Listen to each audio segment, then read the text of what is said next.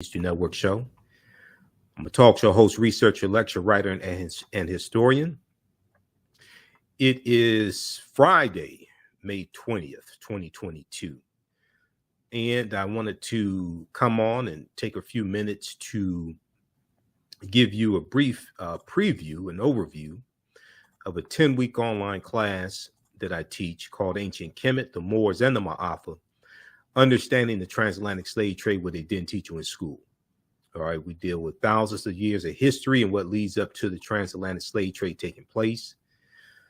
And if you listen to my radio show, the African History Network show, you watch our broadcast here, you've heard me talk about it numerous times. So I want to do a quick overview here. And I do a PowerPoint presentation. We have book references, articles, video clips, and we deal with thousands of years of history and what leads up to the transatlantic slave trade taking place. It's a very visual class. And some of the slides I'm going to show you here are actual slides from the class. So when we deal with our history, we can't start our history in slavery. This is why we have to look at this history chronologically. And we have to also deal with the African presence here in the Americas dating back tens of thousands of years ago. So we can't start studying our history in slavery, even when we study the transatlantic slave trade, which is important to study. We can't start in 1619 or in the 1440s when the Portuguese get involved. We have to understand the history chronologically. We have to understand the history chronologically and deal with the 800-year occupation of Europe by the Africans known as the Moors, who enter the Iberian Peninsula, today known as Spain and Portugal, from North Africa. They go through Morocco in 711 AD. And we have to look at this history chronologically and look at what leads up to the transatlantic slave trade taking place, and then understand the transatlantic slave trade as well and separate fact from fiction. Okay, so this is a 10-week online class. And you'll learn a lot in this 10-week course. We do the sessions live. All the sessions are archived and recorded. You can go back and watch it any time. Okay. So this course not only deals with the transatlantic slave trade, but also thousands of years of history that leads up to the transatlantic slave trade of African people taking place. So, you know, you have the 1619 Project for the New York Times, Nicole Hannah-Jones, and I've talked about the 1619 Project before. They have some good information in there, but there's some things that are problematic because they don't deal with the African presence dating back tens of thousands of years ago in the 1619 Project. Okay, so August 20th, 2019 marked the 400th anniversary of the 20 and odd Africans or 20 and odd Negroes who came into Point Comfort in Virginia on August 20th, 1619, in what would later be called the colony of Virginia. And there were two pirate ships, English pirate ships, the White Lion and the Treasurer, and 20 and odd Africans on the White Lion were traded for food and water and supplies. Okay. Now, this was known, 2019 was known as the year of return, as many African Americans reconnected to Africa and traveled to Ghana and other West African countries. When we discuss the transatlantic slave trade, we have to first understand that African people are the original people of North, Central, and South America. They have been in the land we call the United States of America. Today we call the United States of America, been here in this landmass at least 51,700 years. At least 51,700 years. We did not come here originally conquered and shackled in chains and conquered by Europeans. This is one of the problems with the way the history of the transatlantic slave trade is taught. Okay, so this is why you know, to understand the existence of something, you must first understand the pre-existence of existence, as one of my teachers, Professor Kabahaya Watha-Kamene, correctly teaches us. If you watch the African History Network show, you know I recently interviewed him. I interviewed him in the month of April. Okay, so all those shows are archived here on our Facebook fan page, the African History Network, or our YouTube channel, Michael Imhotep, IMHOTEP. Also, download the iHeartRadio app, search for the African History Network show, or wherever you get your podcast from, search for the African History Network show, because our audio podcasts are there as well. Okay, so so we deal with a number of different books. So we have over 50 articles that we look at that we deal with in the class. There's close to 200 slides, over 50 articles, a number of books that I use for reference. One of the books that I use is from one of my friends, Dr. David Imhotep, who wrote the book, The First Americans Were Africans, Documented Evidence. The First Americans Were Africans, Documented Evidence. His book came out in 2011. And his book deals with, has 713 footnotes. His book thoroughly documents an African presence in North, Central, and South America.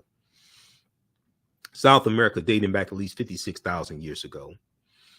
North America, in the land we call United States of America, at least 51,700 years ago. Now, there was new information that came out a few years ago. New York Times has an article about this that pushes the African presence in South America back at least 100,000 years ago. But these are the Khoisan, who have the oldest DNA on the planet. They come from Southern Africa. They go all around the world. The ancestors that I knew in the Twa. And they were also here in the land we call the United States. In The First Americans Were Africans, Documented Evidence, Dr. David Imhotep talks about Turtle Island, which was one of the ancient names for this landmass. So page 14 of his book, he deals with evidence of an African presence 51,700 years ago in a campsite in Allendale County, South Carolina, discovered by Dr. Albert Goodyear. Now, Dr. Albert Goodyear is an archaeologist at the University of South Carolina. He's a white archaeologist, and a lot of his archaeological discoveries are being suppressed by the dominant archaeology establishment. So we deal in this class, we look at a number of different archaeological discoveries that are causing archaeologists and scientists and paleontologists to rethink everything. Okay, to rethink everything. The deeper they dig, the blacker the planet gets, the more research they do, the older we get. So on page 14 of his first book, his new book came out in 2021, late 2021. The First Americans Were Africans, revised and expanded, has about 200 additional pages of research. Okay, so that's available right now at Amazon.com. But they found artifacts, architecture, campsites, carvings, Egyptian writings, footprints and lava, genetic M174D haploid groups dealing with DNA and genetics, linguistics, painting, skulls, skeletons, structures, and tools. 13 different types of evidence thoroughly documenting an African presence in this country that we call the United States of America, dating back at least 51,700 years ago. Now, this was before any Native Americans came into existence. Okay, this is not an attack on Native Americans, but you just have to understand African people were the first people on the face of this earth, and African people had already circumnavigated the globe. All right, so and this is one of the things that Dr. David Imhotep told me, is that you will never find fossils or remains of Native Americans that are older than Homo sapiens, because the people who we call Native Americans are the offspring of the intermixing of Africans who were already here and Asians who come to this land about around 3000 BC. And the Africans and Asians intermix, and their offspring are who we call Native Americans. And then when European settlers come here, colonizers, a lot of the Africans who are already here get reclassified as Native Americans. So when you look at the different species, Australopithecus afarensis, and Homo erectus, Homo habilis, different things like this, you'll see Africans, all different species. Native Americans, you're going to see Homo sapiens, Homo sapiens sapiens. You'll see modern man. This article right here is from November 18th, 2004, ScienceDaily.com. This is about the discovery that Dr. Albert Goodyear made. It's called New Evidence Puts Man in North America 50,000 years ago. New evidence puts man in North America 50,000 years ago. It's from ScienceDaily.com. ScienceDaily.com is a scientific website. They have scientific discoveries, archaeological discoveries, things like this. The article is still there. You can research other sources for this archaeological discovery. Here's a summary from ScienceDaily.com about this discovery. It says radiocarbon tests of carbonized remains where artifacts were unearthed last May along the Savannah River in Allendale County, South Carolina, by archaeologist Dr. Albert Goodyear indicate that the sediments containing these artifacts are at least 50,000 years old, meaning that humans inhabited North America long before the last ice age, meaning that humans inhabited North America long before the last ice age. Who were these humans? Who were these humans? These were the Khoisan. These were African people. Okay, so you could read that entire article if you want to. So when we look at the Khoisan, who are the Khoisan? In October 2012, genetic study published in Science magazine found that the Khoisan in Southern Africa are the oldest ethnic group of modern humans. The oldest ethnic group of modern humans, with their ancestral line originating about 100,000 years ago. The Khoisan, formerly called by the derogatory term Bushmen, are genetically unique, and no other currently known population had separated so early from our common modern human ancestor, according to the report. Now, here's a picture of two Khoisan women, Khoisan African women. The Khoisan were the short-statured Africans. The Khoisan live mainly in southern Africa, in territory spanning Botswana, Namibia, Angola, Zambia, Zimbabwe, and South Africa. They are largely divided into two groups, hunters and gatherers. Hunters and gatherers, the Sans people, and keepers of livestock, the Khoi people.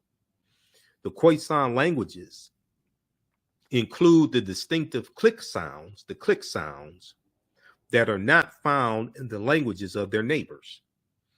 Now, a good source for this information is an article from AtlantaBlackStar.com, 5 ethnic groups that proved the first humans were Black. 5 ethnic groups that proved the first humans were Black, okay? And then we deal with some different ancient Africans. We talk about the people of the Andaman Islands as well. We go through and look at this history and look at it as much as we can chronologically. There's a timeline of history that we look at. This is a good interview here with Dr. David M. Hotep on WKRP in Cincinnati, Channel 5 from 2011.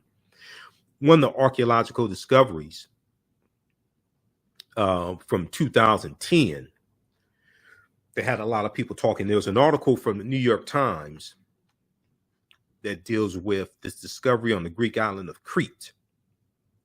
On Crete, new evidence of very ancient mariners. On Crete, new evidence of very ancient mariners. This is from February 15, 2010, New York Times.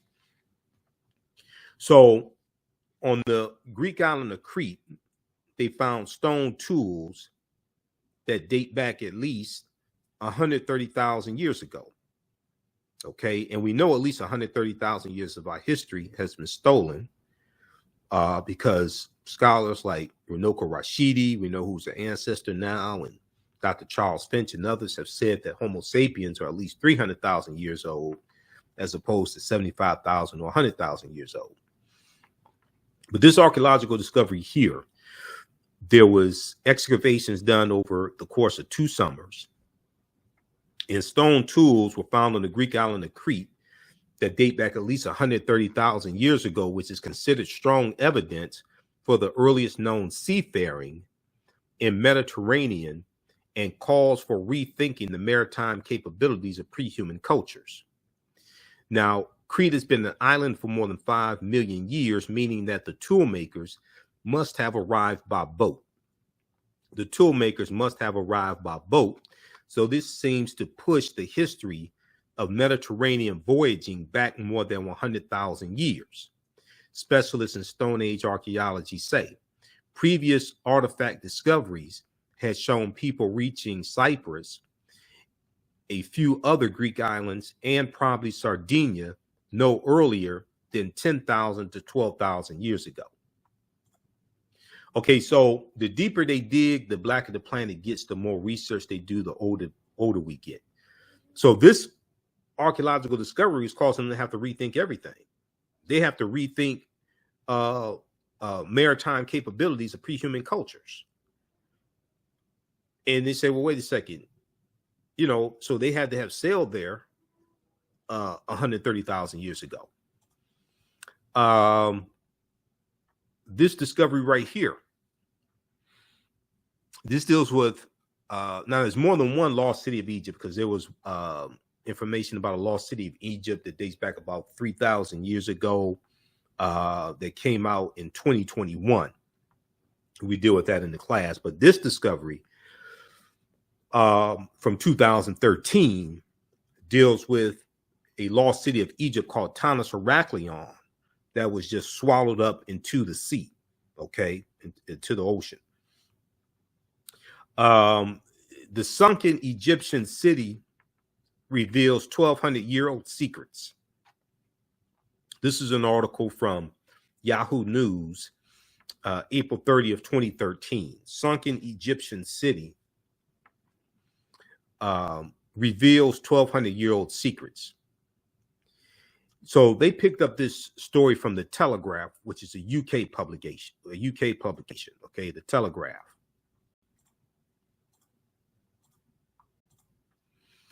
The Telegraph reports that 150 feet beneath the surface of Egypt's Bay of Abu Qir, they found 64 ships, 60-foot tall statues, 700 anchors, countless gold coins, and smaller artifacts. Archaeologist Frank Gadillo estimates Tanis Heraklion was built around 8th century BC. Now, when you research this, prior to this discovery, they just thought that Tanis Heraklion just existed on paper. They didn't have physical evidence that this city actually existed. And when you get into this research, you're going to find civilizations built on top of civilizations. In 2011, there were 17 pyramids found buried underneath Egypt, underneath Kemet, underneath Egypt.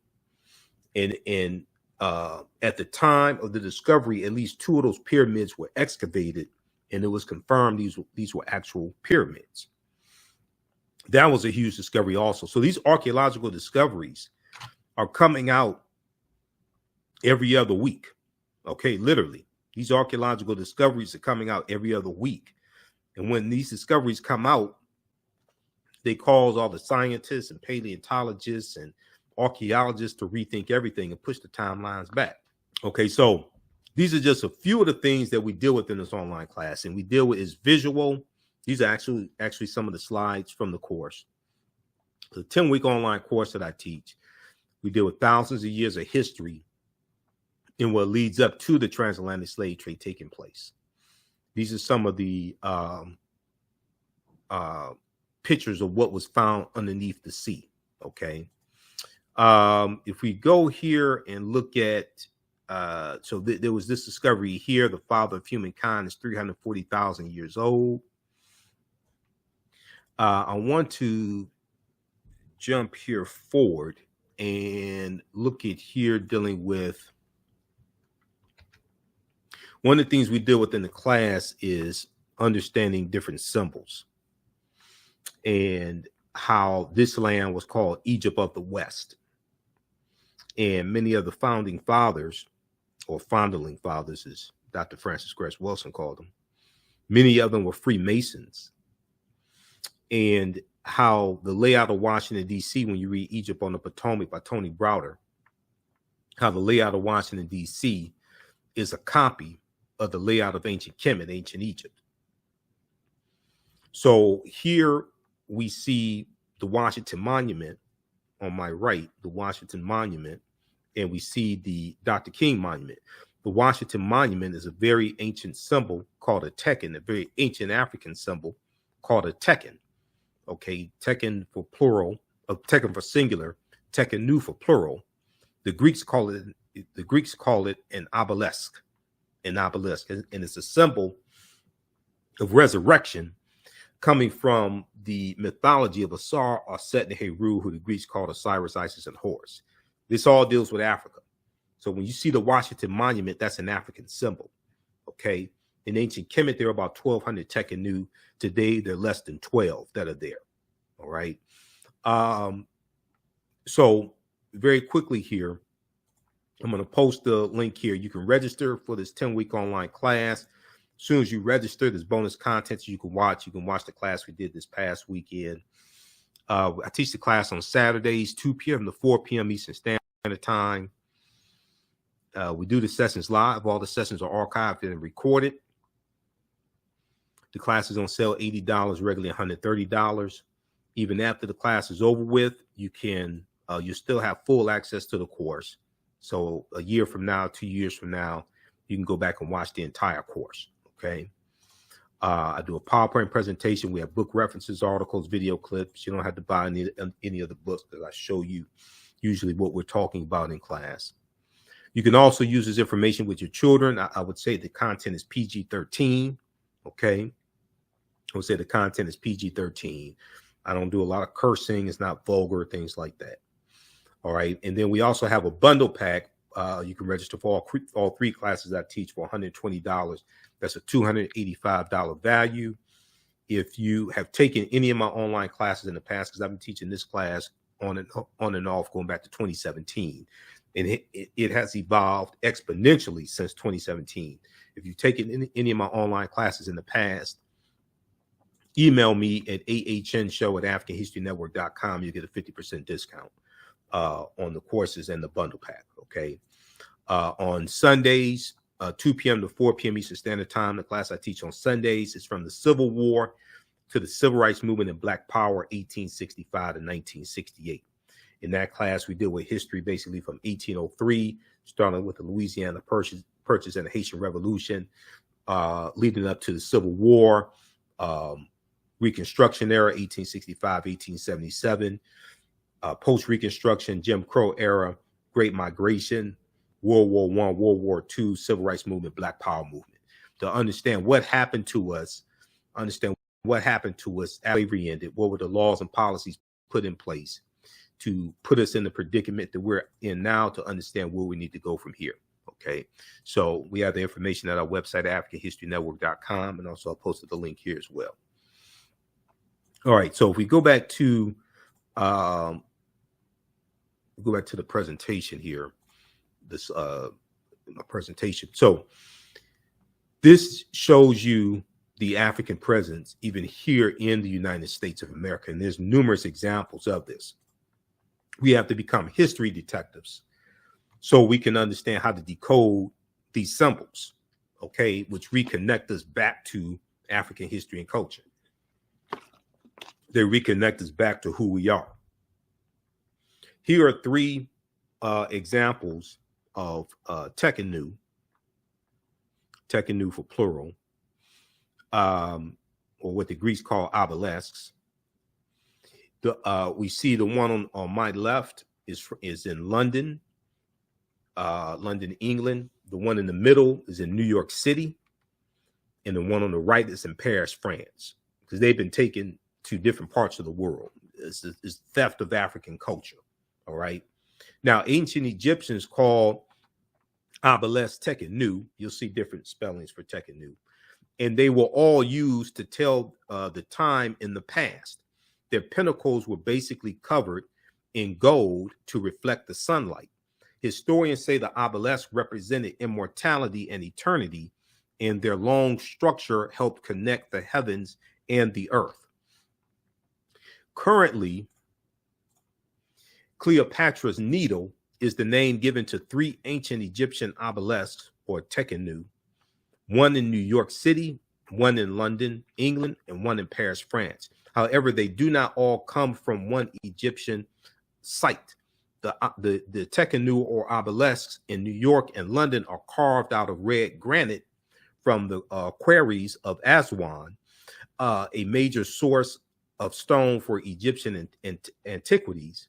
The 2 obelisks, or tekenu, were commissioned by Nesubiti, or Pharaoh Thutmose III, for the Temple of the Sun in Heliopolis, near modern-day Cairo, Egypt, with each weighing about 224 tons and 68 feet tall.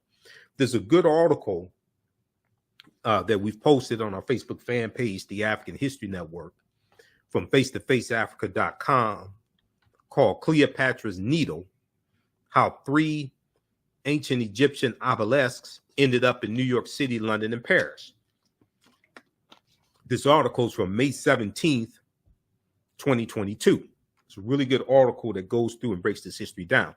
All we see, once again, this was Egypt of the West, where we are here in the United States. Our African history is all around us.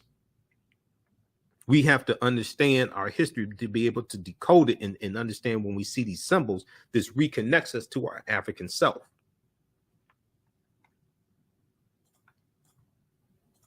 And that comes from, the Tekken comes from the story of Asar, Aset, and Heru, also known as the First Holy Trinity. This may go outside the circumference of some people's awareness. Just because you disagree with it or don't like it does not mean it's not true. It just means you have to do some research to understand what I'm talking about. And if you read Nile Valley Contributions to Civilization by Tony Browder, or you read Christianity Before Christ, I'm digging for some of my books here, because I have 2 bookshelves behind me and stacks of books next to me, and hundreds of articles next to me as well. If you read Egypt on the Potomac by Tony Browder, or Nile Valley Contributions to Civilization, also by Browder, or even this book right here, Ancient Egypt, by Lorna Oakes and Lucia Galen, or Galen, this book breaks all this history down. This is one of the books we use as reference in the class, okay? It's a full color book. I got it for $9.99 at, was it Barnes & Noble? I think they were going out of business. One here in Grosse Pointe, Michigan, suburb of Detroit. So you can get this online. Fantastic book. Ton of information in there. Christianity Before Christ by Dr. John G. Jackson is another book we use in the class. Some of this information may go outside the circumference of your own awareness. Just because you disagree with it or don't like it does not mean it's not true. It just means you have to do some research to understand what I'm talking about. I finally got a new copy of Nile Valley Contributions to Civilization by Tony Browder. I was at the One Africa Power and Unity Conference here in Detroit that Brother Taki Grant and Sister Felicia organized, and I was speaking there also April 30th and May 1st, 2022. And there was a vendor next to me, Brother Haki from Baltimore. So I finally bought the book because this is my original book from 1994. November 2nd, 1994. I got this. I was finishing up my bachelor's degree at Wayne State University. So this book is beat up and it's falling apart and everything. And half the book is highlighted. All this, I had to get a new copy of the book. So I said, let me get that book, Brother Haki. So this book right here will blow your mind. Now, Browder's a friend of mine. I've interviewed him a number of times. So how's everybody doing? Share this broadcast on your social media platforms. Invite your friends to tune in also. I'm battling allergies. Okay, this is a bad allergy season. I'm allergic to pollen. This is a bad allergy season, so I'm fighting that at the same time.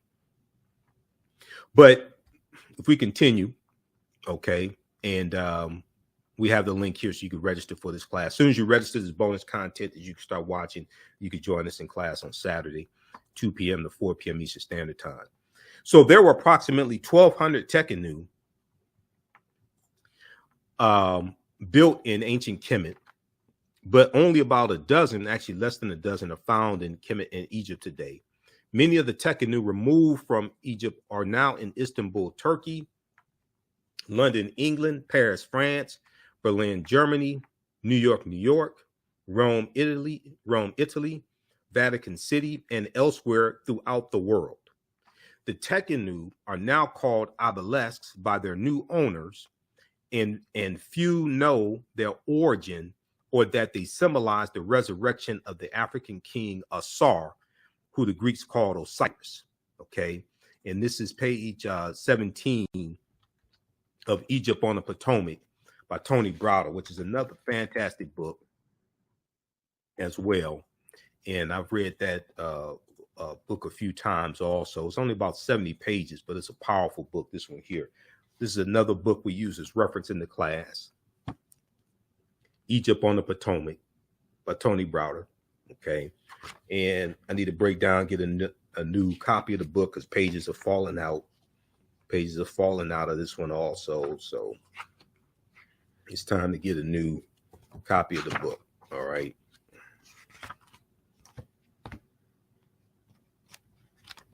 But this is a powerful book. The premise of this book, it deals with how, see, pages are falling out. It deals with how the layout of Washington, D.C. is a copy of the layout of ancient Kemet. The layout of Washington, D.C. is a copy of the layout of ancient Kemet. Because once again, the founding fathers, 50 of the 56 signers of the Declaration of Independence were Freemasons. Okay. And they laid out this land here, Washington, D.C. This was supposed to be Egypt of the West. Okay. Egypt of the West. So the word Mason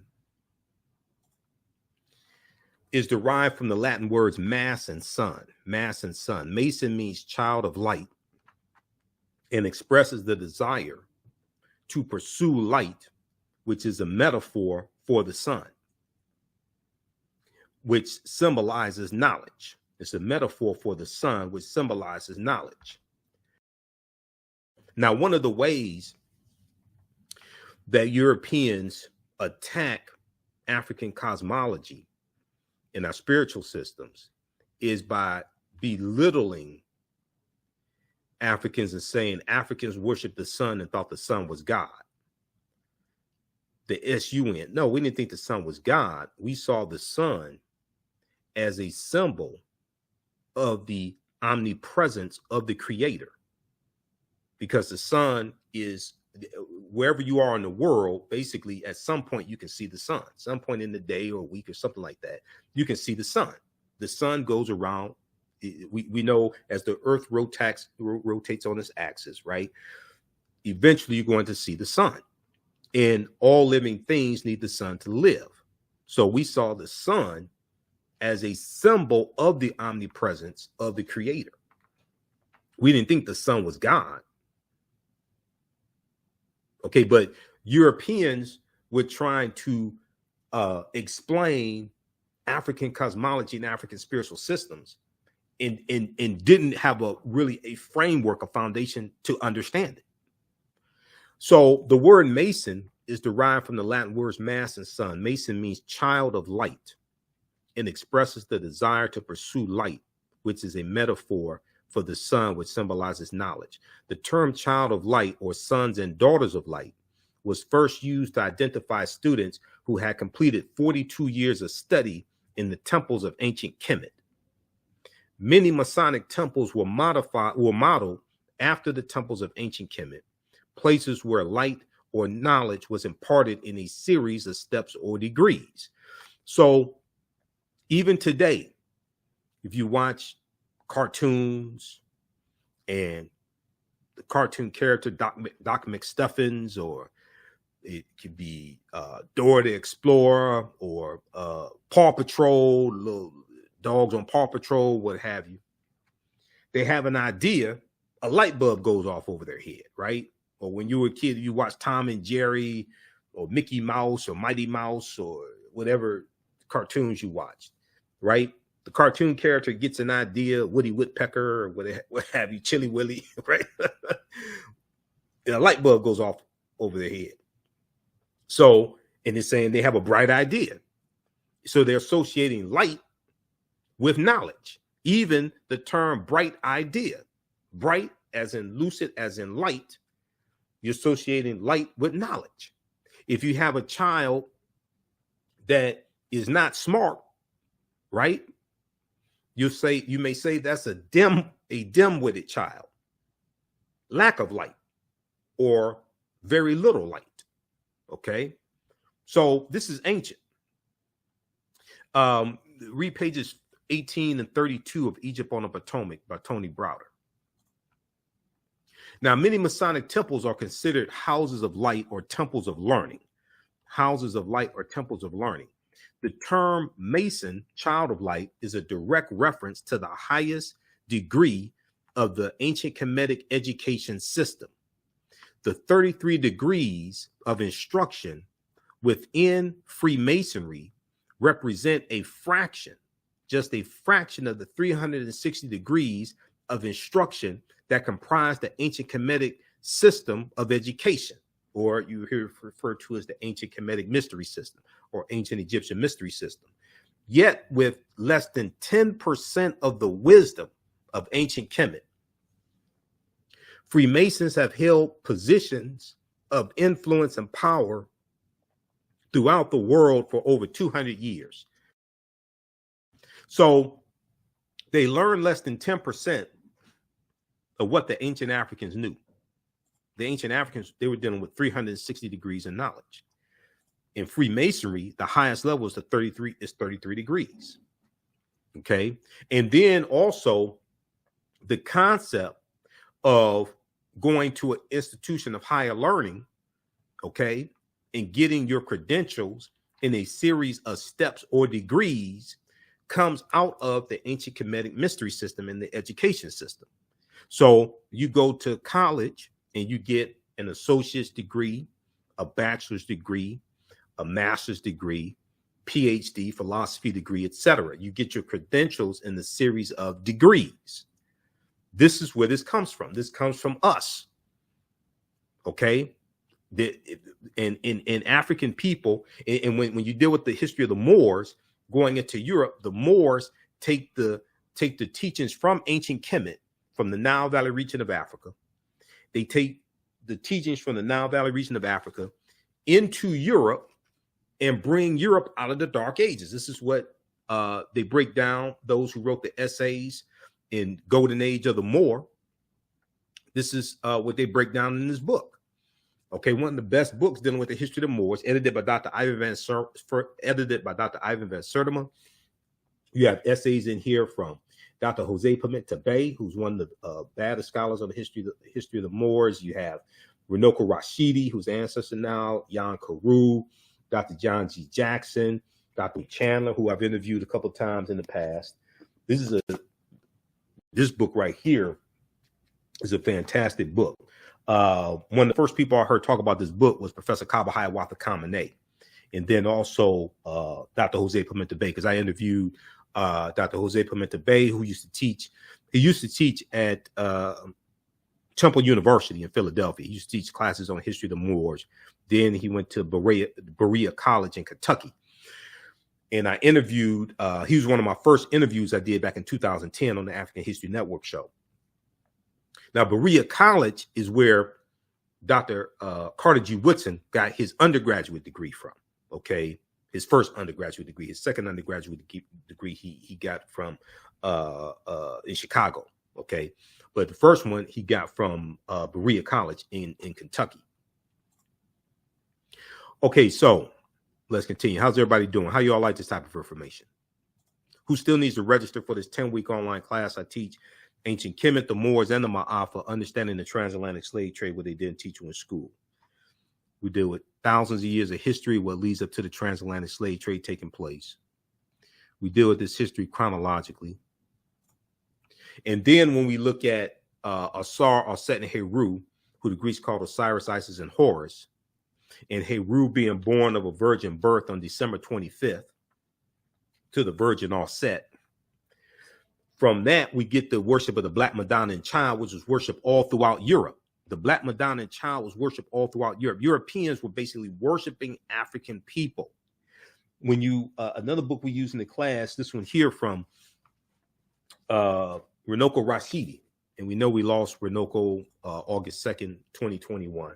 He passed away. He's an ancestor now. Runoko was a friend of mine. I interviewed him, I think it was about 6 times.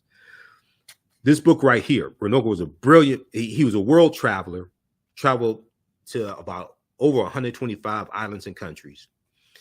He had a personal photographic library for something like 35,000, 40,000 photographs he's taken himself. So he would have those photographs in his books. This is one of his books. We use this in our class. Black Star, the African Presence in Early Europe. Prefaced by Robin Walker, okay? Robin Walker, another brilliant scholar. Robin Walker so bad, this brother wrote this book right here. Robin Walker wrote When We Rule. Oh my, this book right here. Robin Walker is also in the 4th installment of the Hidden Colors documentary. Okay, I've got to interview Robin Walker. We're Facebook friends. We've talked through Facebook a few times. I have this book and a couple of his other books. He's in the UK. Brilliant historian. And the introduction of this book here is about Runoko Rashidi. Okay, but if we look here, page 90 and 91, Runoko shows you, these are photographs he took. He shows you the statues of the Black Madonna and Child in Europe that are still there today. This deals with, and they were worshiping the Black Madonna and Child even before the Moors go in 711 AD. And that comes from Asar, Aset, and Heru, who come from African cosmology, African mythology, out of ancient Kemet, and these were Africans as well. This one is in Switzerland. Okay, this Black Madonna and Child here is in Switzerland. We see this one here, Our Lady of Jasna Gora, Saskatchewan, Poland. This is in Poland right here. This is in Switzerland. The Black Virgin of Madrid, Spain. Okay, this is in Spain. This one here is in Luxembourg City, Luxembourg. Black Virgin and Child statue in St. John's Church. They're worshiping African people. This page 90, page 91, coat of arms of Pope Benedict XVI with the head of a Moorish king on his coat of arms. Because you will see this when you study the coat of arms of a lot of the royalty in Europe, things like this. They would have an African Moor's head on their coat of arms to note that they had some type of Moorish ancestry. This flag right here is the national flag of Sardinia, which is an Italian island. It has the 4 Moors heads on it because the Moors were in Sardinia, and it took a monumental effort to defeat them. Okay, so this is a fantastic book right here. He has so much in this book. Okay, Black Star, the African presence in early Europe. Once again, you don't have to buy any of the books or feel obligated to buy any books to follow along in class, but we just use them as reference.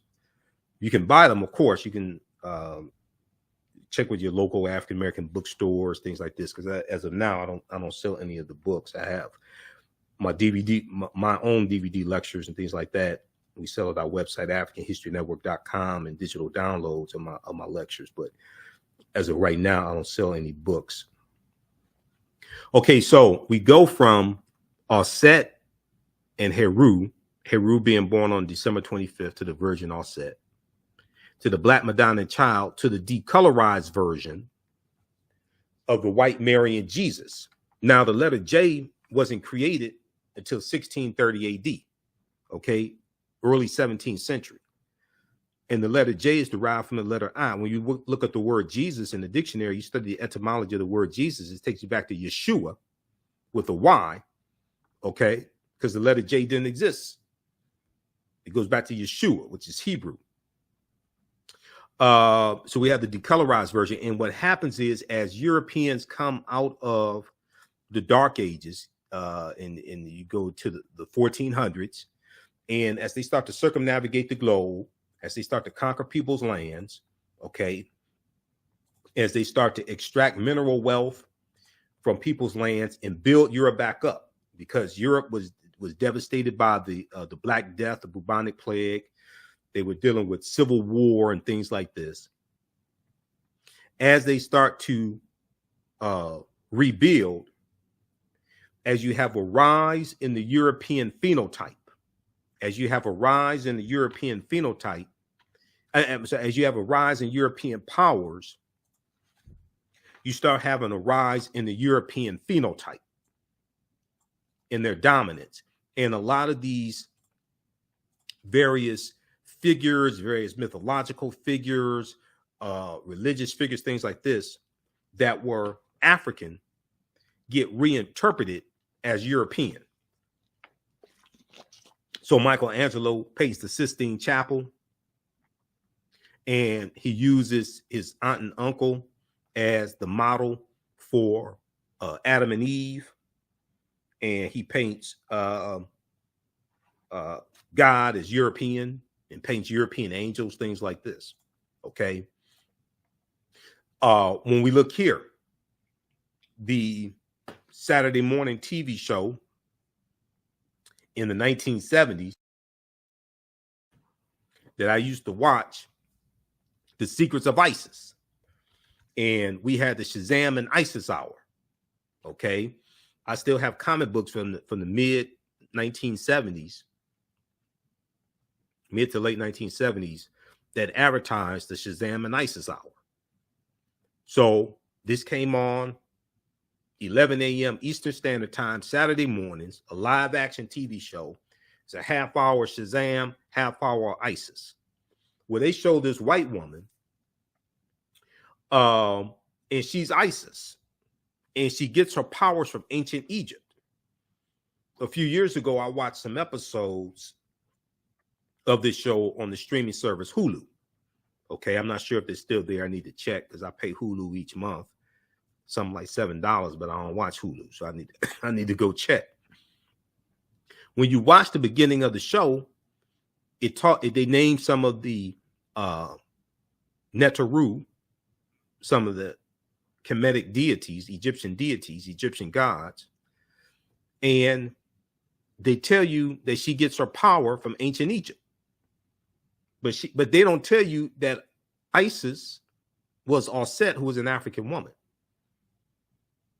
They just show this white woman with these superpowers, flying through the sky, saving the world, things like this. So you just sit there. If you don't have the truth to counter the lie, you just sit there and think, oh, okay, Isis was white. And the Egyptians were white and things like this. Okay, so we go through and look at some of the Neteru and things like this as well.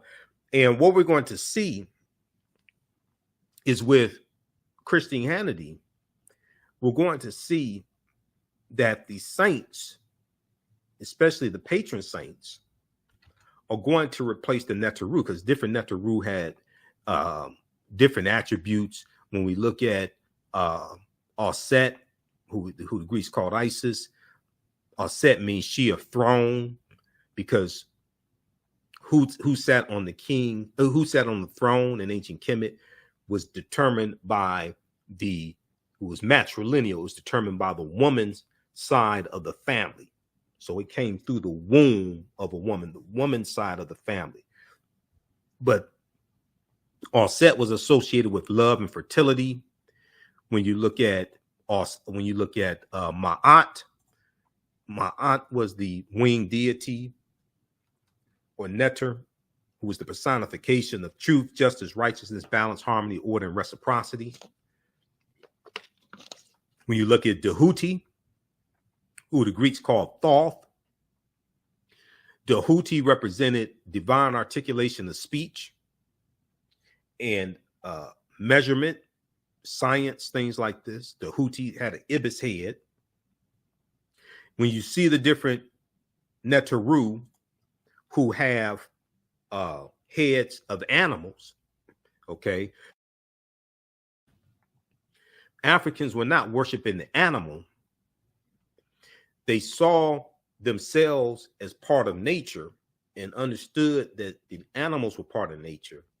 Understand that nature comes from the creator, and that the creator gave each animal a gift.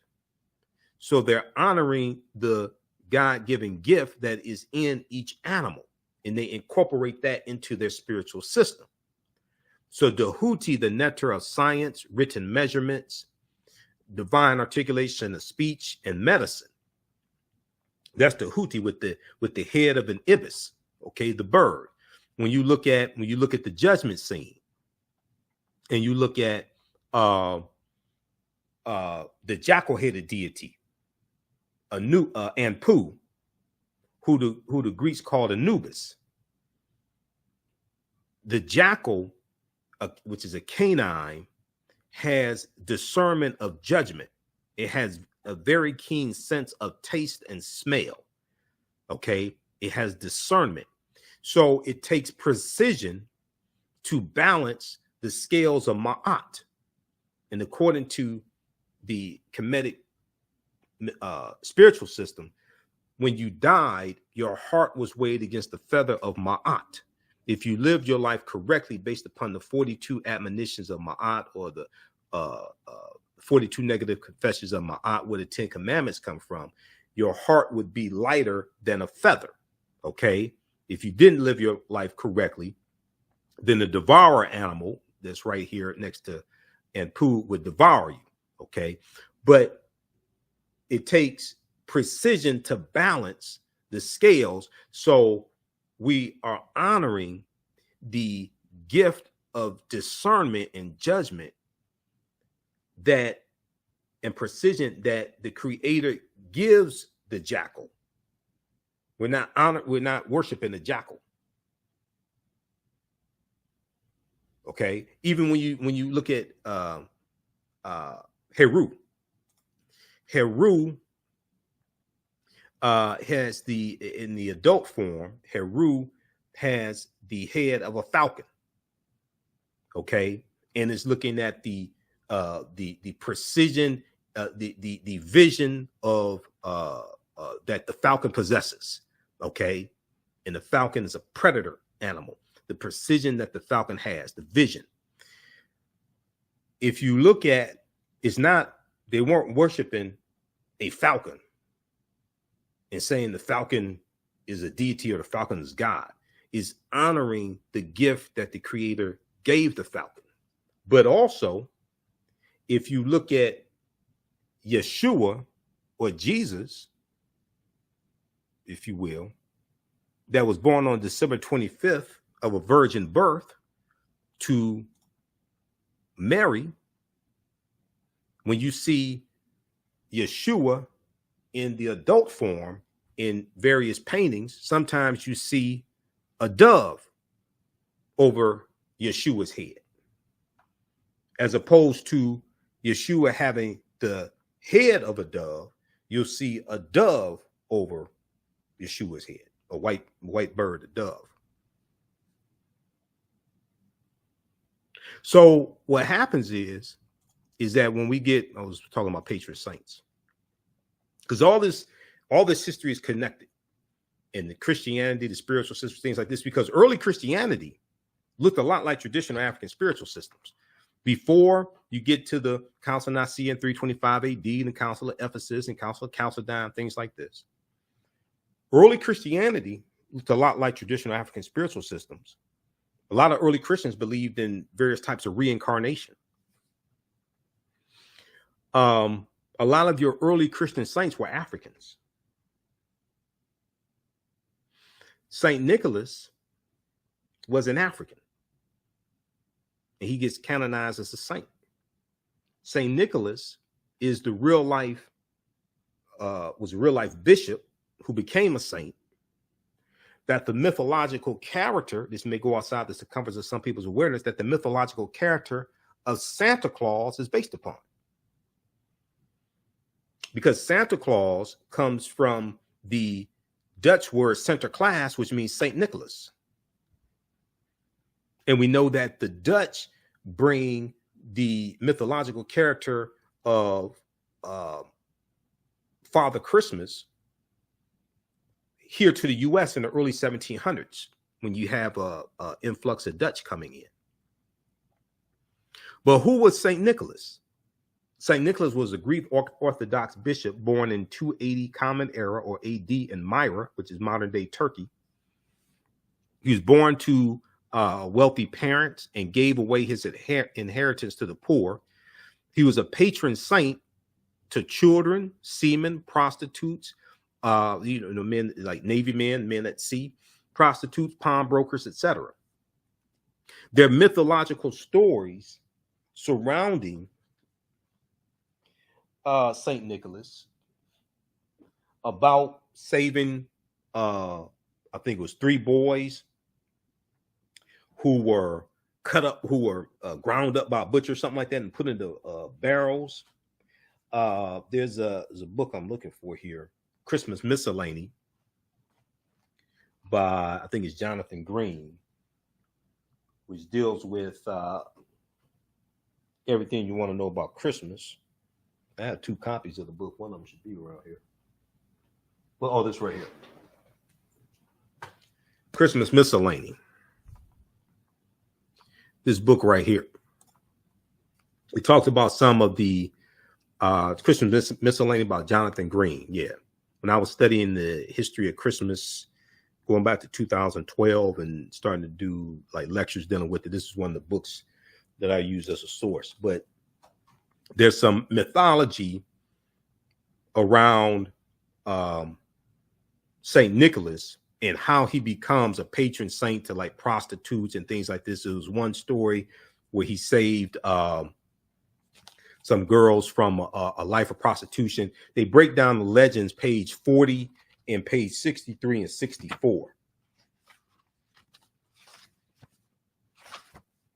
But it deals with why stockings are hung up on Christmas Eve, and it deals with him saving some girls from a life of prostitution or something like that.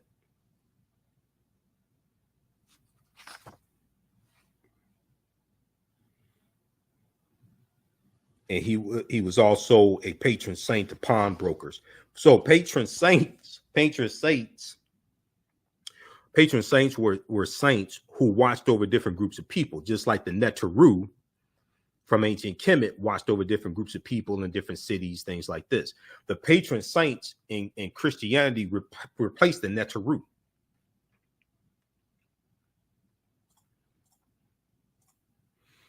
Here are a couple of pictures of some old paintings of St. Nicholas. The older the painting is, the more African features St. Nicholas has.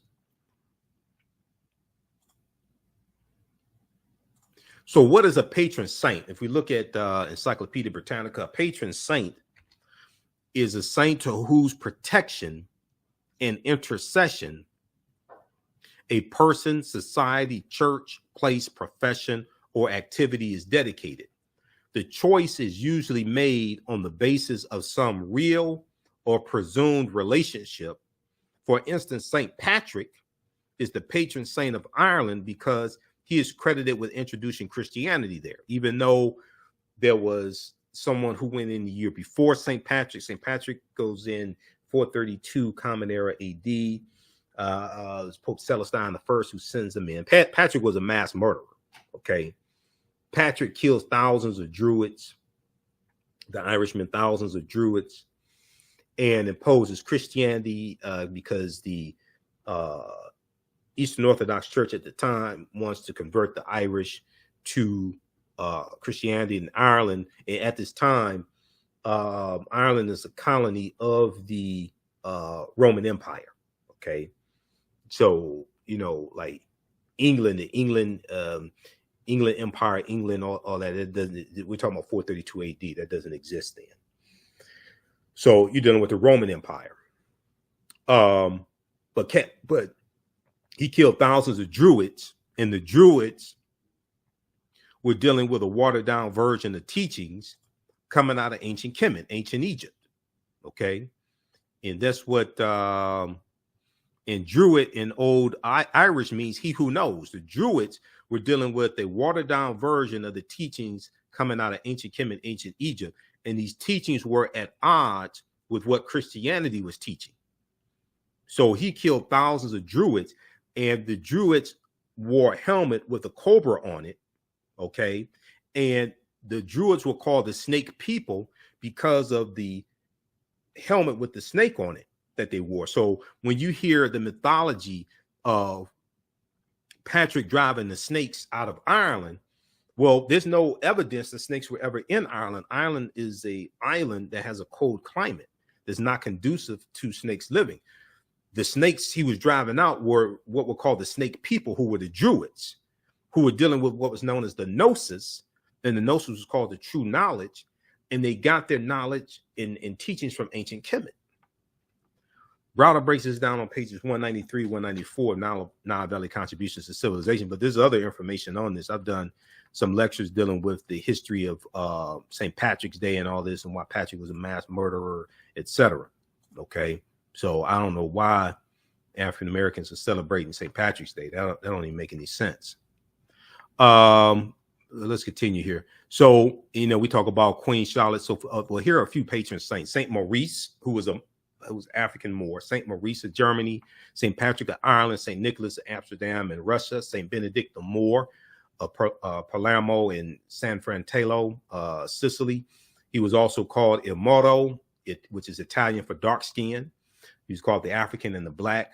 We know that Queen Charlotte Sophia, who was the wife of King George III, King George III was the king that the 13 colonies are revolting against during the American Revolutionary War of 1775 to 1783.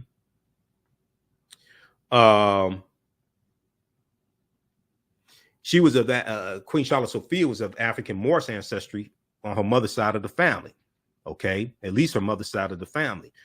She ruled over Great Britain, Ireland, and America. One of her granddaughters, Alexandria Victoria, became Queen Victoria I.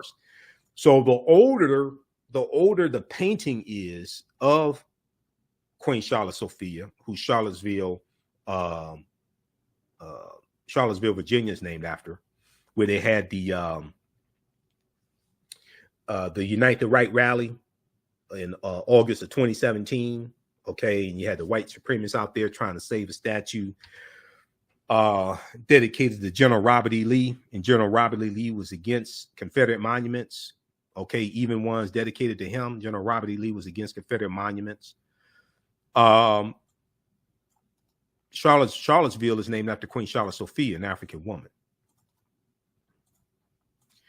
So this is one of the most famous paintings of Queen Charlotte Sophia by Sir Allan Ramsay, 1762. Okay, this is in the Mint Museum in Charlotte, North Carolina.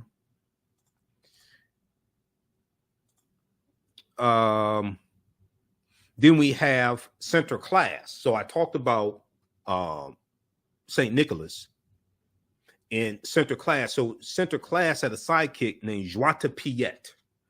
Joata Piet, Black Pete. And Joata Piet was a Moor. Okay.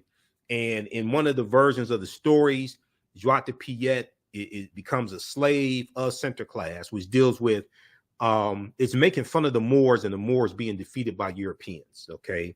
And the Moors lose control of their last stronghold in Spain, January 2nd, 1492. So you'll see this celebration in the Netherlands and Holland in like November, December each year. And they'll have parades, and they have these celebrations up to like December 5th. And they have these parades of Europeans dressed in blackface, wearing Afro wigs, and usually have on hoop earrings, and they're pretending to be Joata Piet, Black Pete. But it's really making fun of the Moors. Now, in recent years, there have been more and more opposition to these parades, and they say they're racist, which they are. Okay, there's a good article from the Washington Post that deals with. I have a number of different articles on this. We talk about this in the class, but there's a good article here. Sinterklaas and Joata Piet, why a holiday has me talking to my kids about racism, about blackface. Sinterklaas and Joata Piet, why a holiday has me talking to my kids about blackface. So this is from December 4th, 2018. And they have this reenactment every year. Now here you see a steamship with Sinterklaas coming in with Europeans dressed as Joata Piet, Black Pete on it. And they talk about here, so Joata Piet dates back to a children's book, 1850 children's book. Okay. On the second Saturday of November, Joata Piet, Black Pete arrives in the Netherlands on a steamboat from Spain. Okay. Well, Spain and Portugal, the Iberian Peninsula, is where the Moors go into in 711 AD. They arrive on a steamboat from Spain along with Sinterklaas. Sinterklaas is Dutch, which means Saint Nicholas. Sinterklaas is a towering, thin, and plushly dressed figure. He's a mythological religious figure in the Netherlands. Hundreds of people gather to watch the steamboat arrive, with Piets dancing and waving while brass band music plays until Sinterklaas disembarks on a white horse.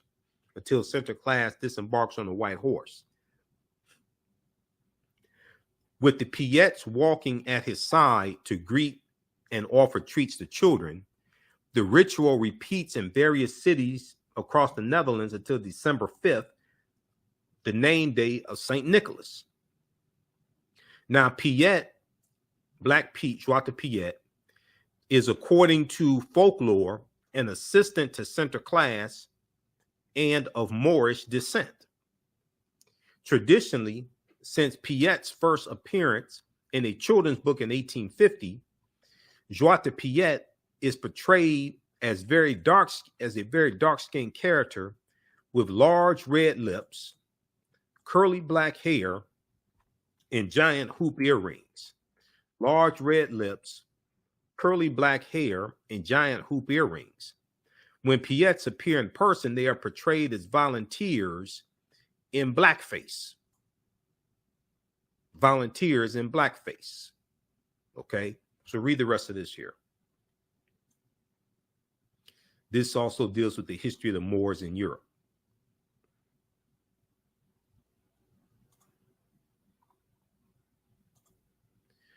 okay, if we go back quickly here to the PowerPoint presentation, how's everybody doing? How you all like this type of information? Who still needs to register for this 10-week online class? As soon as you register, you can start watching the content. You can join us in class on Saturdays, 2 p.m. to 4 p.m. Eastern Standard Time. We do the sessions live. All the sessions are archived and recorded. You can go back and watch the course anytime, even a year from now, 2 years from now. The full course is archived, so you'll still have full access to it. I teach this class on Saturdays, 2 p.m. to 4 p.m. Eastern Standard Time. Ancient Kemet, the Moors, and the Maafa, understanding the transatlantic slave trade, what they didn't teach you in school. We just had a new class that started up in the last few weeks. So as soon as you register, you can watch the class we did last weekend. You can join us in class this Saturday. Class is on sale $80, regularly $130. And you click right here to register. Here we deal with thousands of years of history. I do a PowerPoint presentation. We have book references, articles, video clips. We also have a bundle pack of the classes. So you get all 3 classes for $120. It's a $285 value. You taken any of my online classes in the past, email me at ahnshow@africanhistorynetwork.com, ahnshow@africanhistorynetwork.com. You get a 50% discount on the courses and the bundle pack. All right, let's continue here.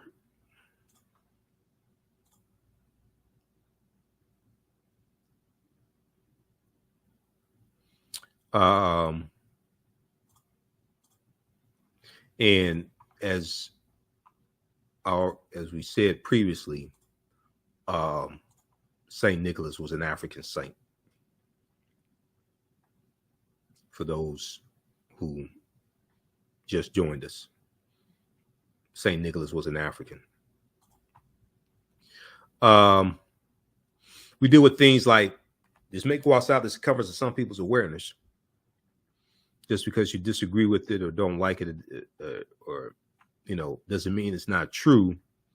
Just means you have to do some research to understand what we're talking about. We do why is Christmas celebrated on December 25th? Because nowhere in the biblical text does it state that Yeshua or Jesus the Christ was born on December 25th. This is from a book called The Life of Christ that I bought back in 2011, which talks about the relationship between the winter solstice and when Christmas is celebrated. The winter solstice deals with astronomy, all this stuff. This is all ancient. Another thing that we do within the class is the film Black Panther. And the film Black Panther relates to African history and culture and language and spiritual systems, things like this. Film Black Panther is a very, very deep movie on multiple levels. The deity, the panther deity Bast in the film comes from Bastet, which is a Neteru, comes straight out of ancient Kemet, ancient Egypt. Here's a depiction of Bastet with the head of a cat, ancient Egyptian goddess worshipped in the form of a cat or in the form of a lioness and later a cat, goddess of warfare in Lower Egypt. Goddess of warfare in Lower Egypt, worshipped as early as the Second Dynasty, 2890 BCE, before the Common Era, or BC. So I've done some lectures dealing with the film Black Panther. I did about 3 months of research, researching the film and the comic book. I read over 100 articles dealing with the film and the comic book. And then I read this book here from Marvel, Black Panther, the official movie special. This is the official tie-in to the movie. So it has interviews with the cast, has interviews with the director, Ryan Coogler. Okay. It gives background information on the character, storyline, things like this. Okay. General Koya, Denai Guerrera, Chadwick Boseman in here. We know Chadwick Boseman passed away. Angela Bassett is Ramonda, all this stuff. So to get a deep understanding of the movie. and the storylines, things like this. So then I also had to study the 52-year history of the Black Panther comic book. So I read Black Panther, The Ultimate Guide, which gives you storylines. It breaks all this stuff down. Okay. So when Killmonger throws T'Challa off of the waterfall is called Warrior Falls. Warrior Falls is where the ritual combat takes place to determine who's going to sit on the throne of Wakanda. Okay. That comes straight out of when Killmonger throws T'Challa off of Warrior Falls. That comes straight out of Jungle Action comic book number 6, September 1973. They show it. Let me see. Can I show you this here? They show it right here at the bottom. They show you right here at the bottom. That comes straight up. That comes straight out of the comic book.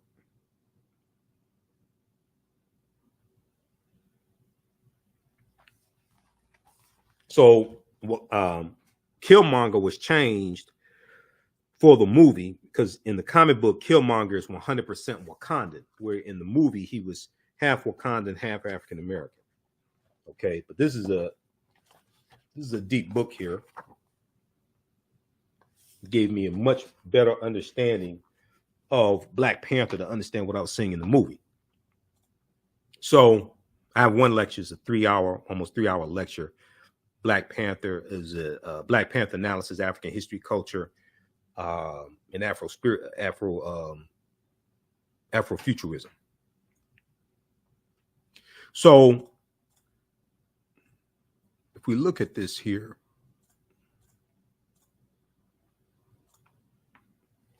when we look at some of the deities in Wakanda, they come straight out of ancient Kemet or Africa. The religion of the Wakandan people first developed during the pilgrimage to the land. In their conflict with the originators, the gods of Wakanda formed from the heroes of humans within the tribe. Ascending to the status of a god, these heroes became the Orisha. Now, the Orisha is the name of the deities in Ifa, which is practiced by the Yoruba in Nigeria. This is why I said either it's coming straight out of ancient Kemet or Africa in general. Taking the names Koku, Thoth, now Dahut, Thoth is the Greek name for Dahuti, Bast, coming from Bastet, Mujaji, Ptah, which is a Neteru also, and Niami. The Orishas origins date back to the ancient Egyptian beings known as the Ennead. Now, the Ennead is Greek for 9 and deals with some of the early Neteru. In addition to the development of these gods, the people of Wakanda, and Wakanda is a real word also. Wakanda is in the Omaha Ponca Native American languages, and Sioux Indian means possesses secret powers, but also Wakanda is also a Bantu word as well. Okay. And we see this in Kikongo. Okay. So Wakanda is a Native American word and African word also. Now, when they introduced Black Panther in July 1966, I don't know if they knew it was an African word, but you have a water park in Wisconsin called Wakanda. You have schools like in Nebraska named Wakanda.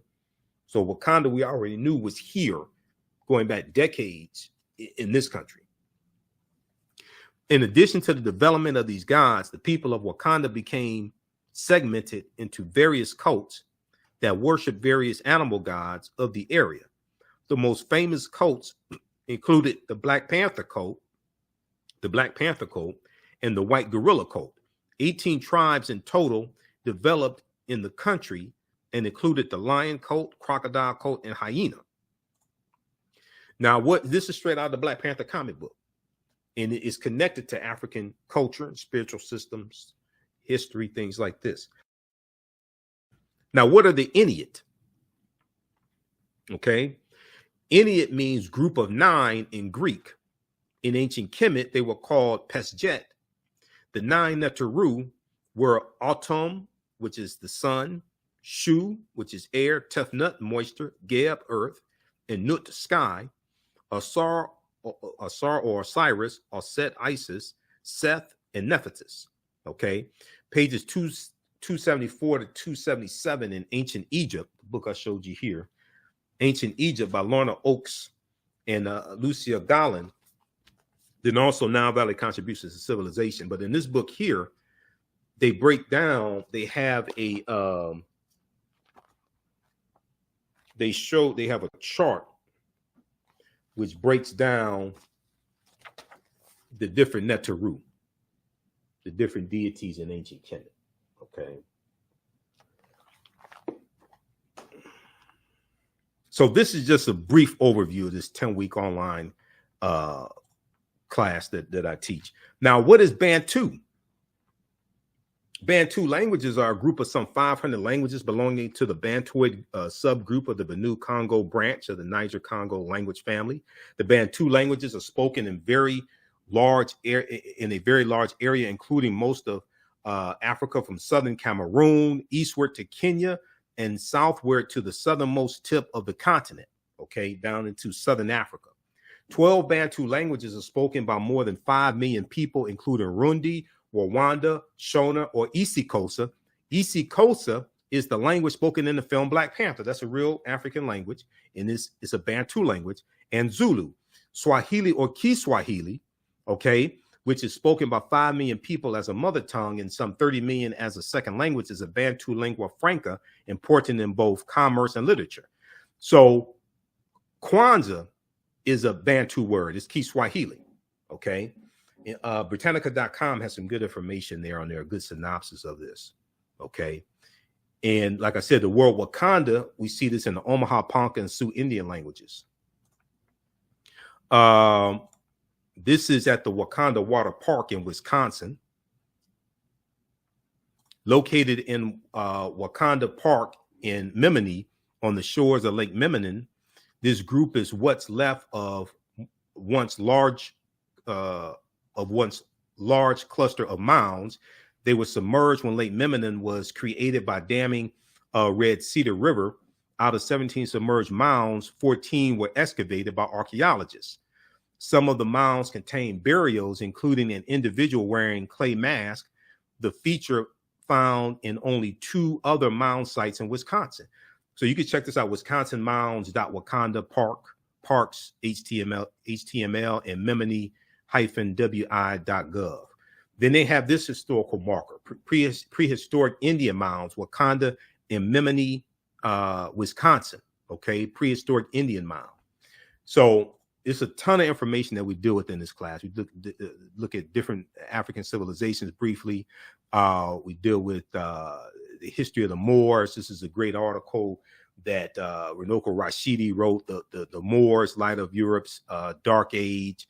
We look at, of course, Tariq ibn Ziyad, General Tariq ibn Ziyad, who the Rock of Gibraltar is named after, Tariq's mountain. And he goes into the Iberian Peninsula today, known as Spain and Portugal, in 711 AD. Saint Maurice as well, who became a patron saint to Germany, who was a Moor also. We look at the why does the national flag of Sardinia, which is an Italian island, and the French island of Corsica, why do they have Moors' heads on their national flags as well? And then we deal with Christopher Columbus. You have to deal with Columbus because Columbus helps to spread the transatlantic slave trade. Columbus is central to the spreading of the transatlantic slave trade, even though it goes back to the early 1440s with the Portuguese. Okay, and we know that Columbus is conquering on behalf of the Spanish crown, King Ferdinand and Queen Isabella. All right, but we look at where Columbus went on his 4 voyages. He never comes to the land that we call the United States of America. Areas that he goes in and conquers, like Hispaniola and the western third of the island of Hispaniola is where Haiti is. You know, these places, Jamaica and Puerto Rico, Honduras, they've never recovered for what the Spanish did to them over 500 years ago. Okay, so we go through and look at Columbus and look at this history chronologically, and then also we look at the Asiento de Negros, because the Asiento signed in 1518 by King Charles V helps to spread the transatlantic slave trade, which was a license given by the Spanish crown to slave traders and slave trading nations to provide Spanish colonies with African slaves. And it was a direct voyage from Africa to those colonies, as opposed to having to go into Spain first. Pope in 1488, Pope Innocent VIII accepted a gift of 100 more slaves from King Ferdinand of Spain, and then distributed the slaves to various cardinals and nobles. So we go through and look at this history chronologically, okay, and to see what leads up to the transatlantic slave trade taking place, and what exactly was the transatlantic slave trade? What was the Middle Passage?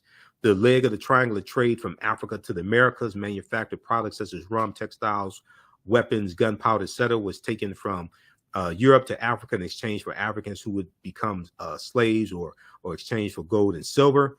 These African slaves were sold in the Americas, Caribbean, etc., for raw materials such as sugar and molasses, which was turned into rum, tobacco, later on cotton, and also for fish, flour, and foodstuffs. All right, so this is just a brief overview of what we cover in this 10-week online course that I teach: Ancient Kemet, the Moors, and the Maafa, understanding the transatlantic slave trade, what they didn't teach you in school. All right. So you can register for this class at our website, AfricanHistoryNetwork.com. Also in the description of this broadcast, we have the link here. You can register for it. As soon as you register, there's archive content you can start watching. Class is on sale, $80, regularly $130. You can use this information also with your children. I would say the information is PG-13. Even after the course is over with, a year from now, 2 years from now, you still have full access. You can watch the entire class. Okay. We have a bundle pack also. You can register for all 3 classes that I teach for $120. It's a $285 value. If you've taken any of my online classes in the past, email me at ahnshow@AfricanHistoryNetwork.com, and you'll get a 50% discount. All right, so be sure to follow us on our Facebook fan page, The African History Network. Also, if you like this type of information, you want to support the African History Network, $ the AHN Show through Cash App, $ the AHN Show through Cash App, also through PayPal, paypal.me/the AHN Show. And if you want to pay through Cash App, just email us. We can do that. We have the new documentary, Heavy is the Crown, from the Out of Darkness series from director Amadeus Christ, is available on DVD at our website, AfricanHistoryNetwork.com. You get one of my lectures free with it. We also have a bundle pack on sale where you get the documentary and 4 of my lectures free, and enrolled in the online class, Ancient Kemet, the Moors, and the Maafa, understanding the transatlantic slave trade. Listen to the African History Network show also. We just celebrated our 12th year anniversary, which was on March 10th, 2010. First broadcast on March 10th, 2010. So March of this year, celebrated my 12th year anniversary. We're on Monday through Friday, 11 p.m. to midnight Eastern Standard Time. The African History Network show, 9-10 a.m. Superstation WFDF. And Sundays, 9 p.m. to 11 p.m. Eastern Standard Time. And we broadcast here on Facebook and YouTube when I broadcast live. But here's official Cash App information. Our Cash App tag is $ the AHN Show through Cash App. When you go to it, it says Michael, shows my picture there. These other ones here are fake African History Network Cash App accounts. I'm trying to get them shut down. Cash App has started an investigation because I contacted them about this. Here's our link here, and the yellow donate button for PayPal also. Okay, so you support us through Cash App and PayPal. Hopefully you like this type of information. Be sure to register for the online class. Look, we have to get out of here. Remember, at the African History Network, we focus on educating, empowering, and inspiring people of African descent throughout the diaspora and around the world, because right now it's correct wrong behavior. It's not over till we win. Wakanda forever. We'll talk to you next time, and we'll see you in class. All right, peace.